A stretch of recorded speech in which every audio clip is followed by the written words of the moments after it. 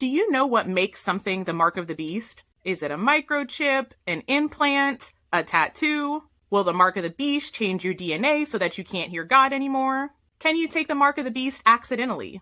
These are all really important questions, and I want to read one scripture that will answer it in a way that you might not expect. It's actually Mark 7:15, and it says, "There is nothing outside a person that by going into him can defile him, but the things that come out of a person that will defile him." The thing that will set the mark of the beast apart from regular technology is the worship of the Antichrist. It's really important that we make ourselves aware of different technologies, but the problem is we can end up calling something the mark of the beast when it's not. I see this happening all the time. To make matters more complicated, just because something's required to buy and sell also does not make it the mark of the beast. There are multiple things that have to happen before the final mark of the beast is in place. As we get closer and closer to the end, we're going to start seeing a lot more things that look like the mark of the beast. And it's going to be up to each person to decide how close they're willing to get. And it's certainly not wrong to look at something and say, this reminds me so much of the mark of the beast, I'm not going near it. It is important, however, that we don't call something that's not the mark of the beast,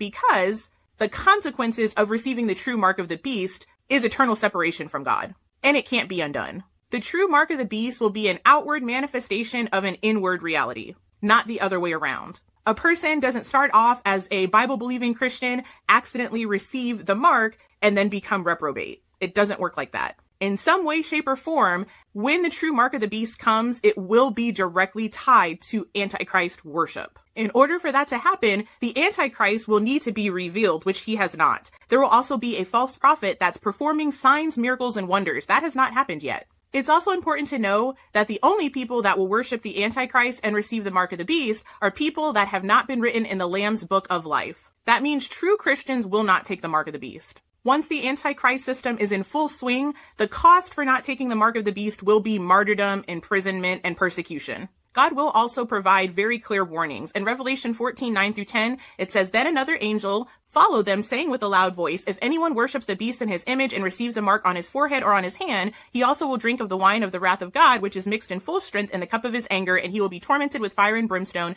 in the presence of the holy angels and the presence of the Lamb.'" God in his mercy will provide clear evidence for the world to know they are not supposed to take the mark of the beast.